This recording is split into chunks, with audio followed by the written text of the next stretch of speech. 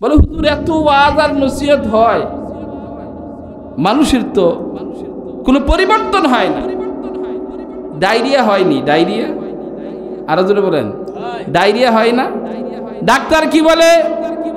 শিশু যদি বমি করে, পাতলা পায়খানা করে, যতবার বমি করে ততবার ওর স্যালাইন খাওয়ান, যতবার করে ততবার খাওয়ান, যতবার করে ততবার কি খাওয়াইতে থাকেন।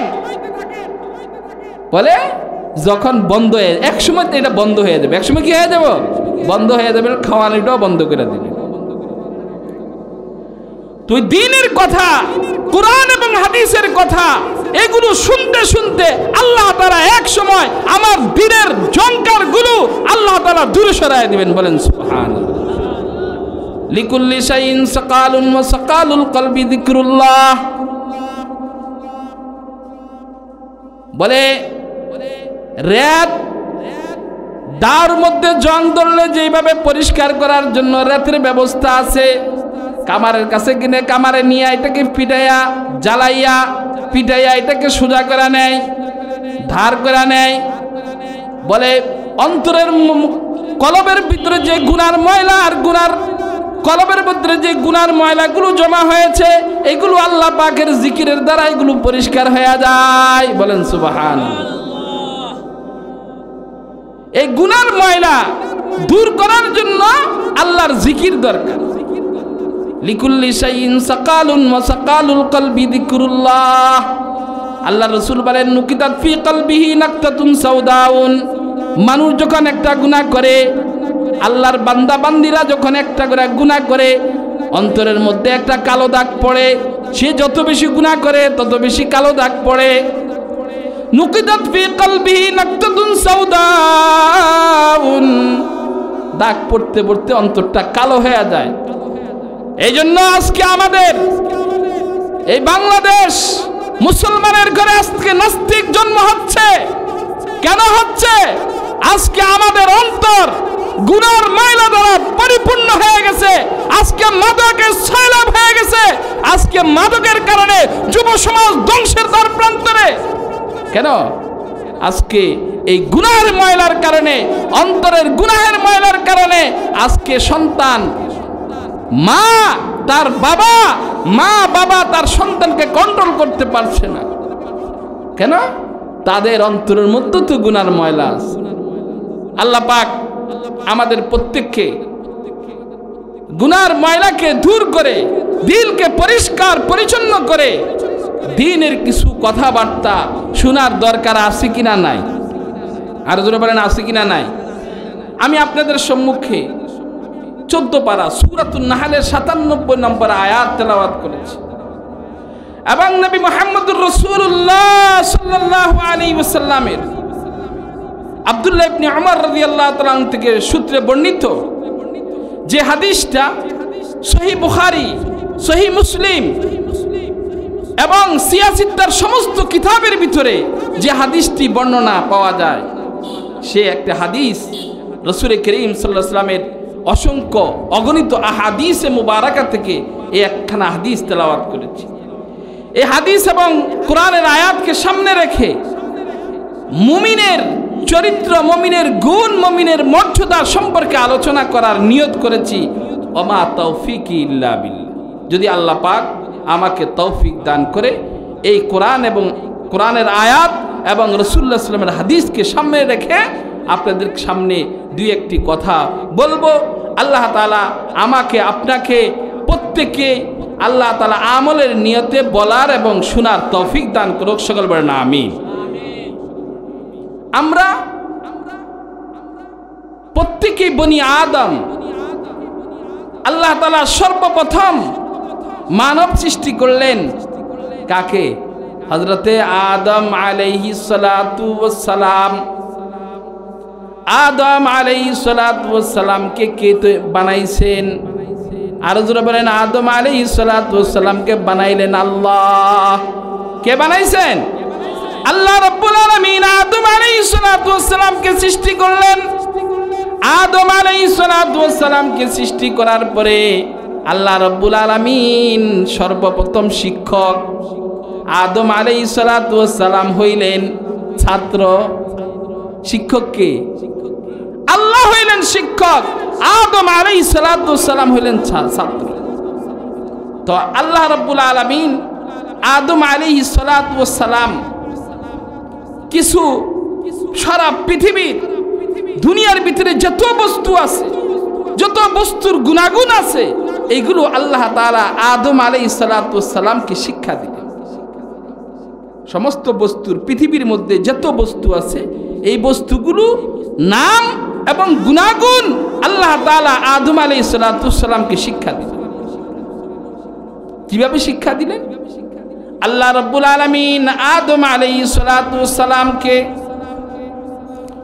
পৃথিবীর সমস্ত মাখলুকগুলোকে আল্লাহ রাব্বুল আলামিন পিপিলিকার আকারে আল্লাহ তাআলা হাজির করলেন এবং সমস্ত বস্তুর নাম আল্লাহ তাআলা শিক্ষা দিলেন। সমস্ত বস্তুর নামগুলো আল্লাহ রাব্বুল আলামিন আদম আলাইহিস সালাতু সালামকে শিক্ষা দিলেন। আদম আলাইহিস সালাতু সালামকে যখন নামগুলো শিক্ষা দিলেন, তখন আল্লাহ রাব্বুল আলামিন ফেরেশতাদেরকে আল্লাহ রাব্বুল আলামিন বললেন, ও আমার ফেরেশতারা, তোমরা আদমকে তোমরা কি করো? সিজদা করো। তাজিমি সিজদা, মর্যাদা সম্মান সূচক সিজদা তোমরা করো। তাই আদম আলাইহিস সালাতু সালাম যখন আল্লাহ তাআলা বললেন, ফেরেশতারা বলেন, ওয়া ইয ক্বালা রাব্বুকা লিল মালাইকাতি ইন্নী জাইলুন ফিল আরদি খলিফা ক্বালু আতাজআলু ফিহা মান ইউফসিদু ফিহা ওয়া ইয়াসফিকুদ দিমাআ ওয়া নাহনু নুসাব্বিহু বিহামদিকা ওয়া নুকদ্দিসু লাক ক্বালা ইন্নী আ'লামু মা লা তা'লামুন। আল্লাহ রাব্বুল আলামিন যখন ফেরেশতাদেরকে বললেন, ওয়া ইয ক্বালা রাব্বুকা লিল মালাইকাতি ইন্নী জাইলুন ফিল আরদি খলিফা, দুনিয়াতে আমি আমার প্রতিনিধি, আমার খলিফা বানাইতে চাই। তখন ফেরেশতারা উত্তর দেয়, ক্বালু আতাজআলু ফিহা মান ইউফসিদু ফিহা ওয়া ইয়াসফিকুদ দিমা, বলেন আল্লাহ, কেন বনি আদম আপনি দুনিয়াতে আপনার খলিফা বানাইবেন? তারা তো দুনিয়াতে যাইয়া মারামারি করবে, কাটাকাটি করবে, সম্পদ নিয়ে মারামারি করবে, গোত্রে গোত্রে মারামারি করবে, বংশে বংশ নিয়ে মারামারি করবে, দলাদলি করবে। ওয়া নাহনু নুসাব্বিহু বিহামদিকা ওয়া নুকদ্দিসু লাক, আমরাই তো আপনার তাসবিহাত পাঠ করার জন্যই যথেষ্ট। আল্লাহ বলেন, ক্বালা ইন্নী আ'লামু মা লা তা'লামুন, আল্লাহ বলেন, ও ফেরেশতারা, আমি যা জানি তোমরা তা জানো না, আমি যা জানি তোমরা তা জানো না। তখন আল্লাহ তাআলা বলেন, ওয়া আল্লামা আদামাল আসমাআ কুল্লাহা সুম্মা আরাদাহুম আলাল মালাইকাতি فقال أنبئوني بأسماء هؤلاء إن كنتم صادقين। আল্লাহ তাআলা আদম আলাইহিস সালাতু সালামকে সমস্ত নামগুলো শিক্ষা দিলেন। বলেন সুবহানাল্লাহ। আদম আলাইহিস সালাতু সালামকে জিজ্ঞাসা করলেন, এগুলোর নাম কি? আদম আলাইহিস সালাম পটপট করে বলে দিয়েছিলেন। শিক্ষককে? আর জোরে বলেন, শিক্ষককে? আল্লাহ আদম আলাইহিস সালাম শিক্ষা দিলেন, আদম আলাইহিস সালাম সব কিছুর নাম বলে দিয়েছেন। আল্লাহ এখন বলছেন, ফেরেশতা তোমরা বলো, তোমরা বলো। তখন ফেরেশতা বলে, ক্বালু সুবহানাকা লা ইলমা লানা ইল্লা মা আল্লামতানা ইন্নাকা আনতাল আলিমুল হাকীম। আল্লাহর পবিত্রতা বর্ণনা করে ফেরেশতা বলেন, আল্লাহ আমরা তো জানি না, আমাদেরকে যেই পরিমাণ শিক্ষা দিয়েছেন এর বাহিরে আমরা কোনো কিছুই পারি না, বলতো জানি না, বলতো কি পারে না। এজন্য আল্লাহ তাআলা বলেন, ইন্নী আ'লামু মা লা তা'লামুন, আমি যা জানি তোমরা তা জানো না। বলেন, আল মালাইকাতু জিসমুন নূরানিয়ুন, বলে ফেরেশতা হইল আল্লাহর নূরের তৈরি। যখন যে মুহূর্তে যে কোনো সময় তার রূপ পরিবর্তন করতে পারে, আল্লাহ তাআলা ফেরেশতাদেরকে আল্লাহ তাআলা এমন জিনিস আল্লাহ তাআলা দান করছেন ফেরেশতাদেরকে, এরা ইচ্ছা করলে গুনাহ করতে পারে। গুনার মধ্যেই তাদেরকে দেওয়া হয় নাই। কিয়ামত পর্যন্ত যত ফেরেশতা আসবে, এক এক ফেরেশতাকে আল্লাহ তাআলা এক এক কাজের জন্য নিযুক্ত করছেন, তার দ্বিতীয় কোনো কাজ নাই। তার খাওয়া নাই, দাওয়া নাই, বিবি নাই, কোনো কিছুই নাই। যে সিজদা অবস্থায় আছে কিয়ামত পর্যন্ত ওই ফেরেশতা সিজদা অবস্থায় থাকে। বুঝে আসছে? তাহলে এর বেশি শিক্ষা দেন নাই। আর আল্লাহ তাআলা আদম আলাইহিস সালাতু ওয়াস সালামকে আল্লাহ তাআলা সমস্ত ভাষাগুলো আল্লাহ তাআলা শিক্ষা দিলেন কে? আরো জোরে বলেন কে? আল্লাহ। রাইসুল মালাইকা ফেরেশতাদের সর্দার শিক্ষক ছিল। যখন আল্লাহ রাব্বুল আলামিন বললেন তোমরা আদম আলাইহিস সালাতু ওয়াস সালামকে তাজিমি সিজদা করো, তখন সে বললে না। কেন?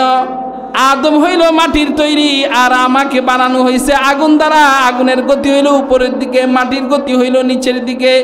আমি উঁচা হইয়া নিচের জিনিসকে কেন সিজদা দিব, সম্মান করব? আল্লাহর এই হুকুম শোনার সঙ্গে সঙ্গে সমস্ত ফেরেশতাগুলো মাথা অবনত চিত্তে আল্লাহর হুকুমকে মেনে নিলেন। চারজন ফেরেশতা, হযরতে জিবরাইল, হযরতে মিকাইল, হযরতে ইসরাফিল আলাইহিস সালাম, হযরতে মালাকুল মউত, এই চারজন ফেরেশতা সর্বপ্রথম সিজদা দিবেন। আল্লাহ তাআলা সমস্ত ফেরেশতাদের উপর তাদের মর্যাদা দিয়া দিবেন। বলেন সুবহানাল্লাহ। সমস্ত ফেরেশতাদের উপর তাদের মর্যাদা আল্লাহ তাআলা দিয়া দিয়েছেন।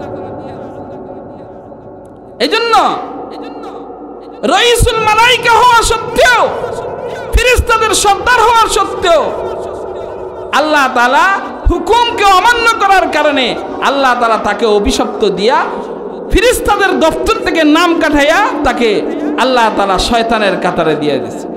বলেন নাউজুবিল্লাহি মিন যালিক।